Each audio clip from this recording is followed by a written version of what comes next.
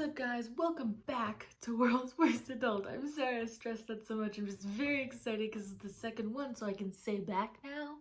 Like in all future things, like I can say back. But the first one I couldn't because there was... But now I can say back. It's exciting. I have a very exciting video today on a very not exciting topic, school, particularly how to ace your online courses. I'm in the middle of 2 online courses right now, so I fully understand the struggle of staying on top of your workload, especially if you're in a place that you're not used to doing work in anymore. Like all of us who went away to school and are now back home but are still trying to be productive. Alright, so the first tip that I have is probably the most important one that I'm gonna say, and it's use a calendar. Keeping organized on a calendar includes writing when all of your assignments due, all of your quizzes, all of your big dates, like if you have a presentation, and pretty much anything else that's important in your life. Now, remember, this isn't just school-related stuff. It's really important to add on everything in your personal life to your calendar. So like if you have an appointment, if there's somebody's birthday, if you're going somewhere, anything that's happening in your life needs to be accounted for, because that's time that you're going to be taking away from when you can actually do your work. So if you know that you're going to be, cleaning the house all day on Saturday, then don't budget to also do 6 hours of an assignment on Saturday, because you won't be able to fit both of them in at the same time. Also, university and college students, if you haven't yet fallen in love with the concept of a syllabus and utilized it to its full extent, you're missing out. The syllabus is literally a gold mine. Everything you have to do for the next however many months that you're in school, right there in front of you, how much it's worth, how to properly do it, when it's due. Like, it's an ideal resource that I wish they would roll out in high school, and using it well by taking all that information and transferring it to a calendar and keeping that organized separately can really help you stay on top of things. I use a whiteboard calendar that I bought off of Amazon. They're really cheap and they're basically like a giant sticker, and they don't ruin your paint. To use a calendar effectively, you really do have to personalize it, and my favorite way to do that is by color coding it. At the bottom of my calendar is a legend, and each of the 4 colors means something different. This is an example of the legend on my whiteboard calendar that I have on my wall. Each of the different colors were separated so that all of them would have roughly equal amounts of color on the whiteboard to make it easier to read, and then they're all grouped with generally the same concept to them. For example, red is going to be important events and exams, because exams are important events, and then pink is like birthdays and holidays and things like that. By grouping like things together, whenever you look at your calendar, you're going to be able to understand just by color kind of what's coming in the next few weeks, and when you look at the broad view of the whole month, you can really understand what your month is going to look like just by knowing what those colors are going to mean, not even by reading the words that are there. This is really great for when you have a bunch of things going on, because it makes the calendar a lot easier to read. This is an example of my calendar from November of last year. As you can see, literally every single day had something on it, but because there's a variety of different colors going on, it wasn't just all one big mass of you have to do this. Instead, it was a lot more comfortable to read. At the end of the day, if you don't want to go back and look at your calendar, you're never going to use it. And if you're not actually going to use it, there's no point in even having it there. My second tip is to find a place where you can work productively and stick to it. The trifecta that needs to be hit is 1, you're sitting at a table, 2, you're sitting in a comfortable chair, and 3, you're in a place where you can work whenever you need to. Ideally, this would also be a place where you're not going to be disturbed by your family and that you can have some quiet time, but I understand that that's not plausible for everybody, which is why it's not in the trifecta. Your bed does not count. Not only does it violate 2 different points in the trifecta, but it's also not a place that you're going to be able to train your brain to understand that when you're here, you're being productive. It's really important that this is a place that you're not using for any other activities on a consistent basis. Let's say you want to pick your kitchen table.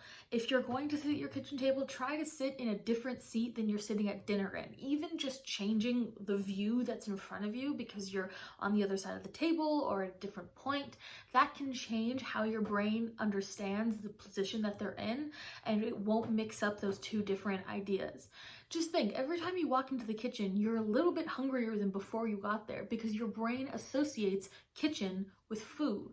That's the same thing. You want to associate position where you're doing work with productivity so that you can get things done. Having a comfortable chair is really important because you want to make sure that this is a place that you're not trying to find reasons to not be in. And if you're sitting in a really uncomfortable chair, that's going to be a really easy excuse to explain away why you're not actually going to sit there and why you're not actually getting work done. You want to make sure to get rid of as many reasons as possible that you might not want to be sitting in that position to try and convince yourself to actually go there to do work. And that's why sitting at a table and in a comfortable chair are so important for getting you to that position so that you can train your brain so that you can be productive. The final point of the triangle is all about making sure that that space is available every time that you plan to do work. Now, this doesn't mean the space has to be available every single second of every single day, but making sure that you have a conversation with your family and say, hey, between roughly these times on these days, I'm gonna need this space because my class is in session or I intend to work on an assignment or something like that, so that the space is available for you to work in and that there are fewer distractions is really important. My final tip is to figure out all the really small tasks that you need to do and to create schedules for them. All these little tasks that might be 1%, 2% of your grade, or might not even count towards your grade, but are for a bigger purpose, like a reading that you need to do for something else, are all going to be little boosts of motivation. I like to have every single reading and every single weekly quiz itemized into a chart, printed out, and taped up to my whiteboard so that every single time I complete something, I can add a little check mark beside it and I can watch all those check marks build up as the semester goes on.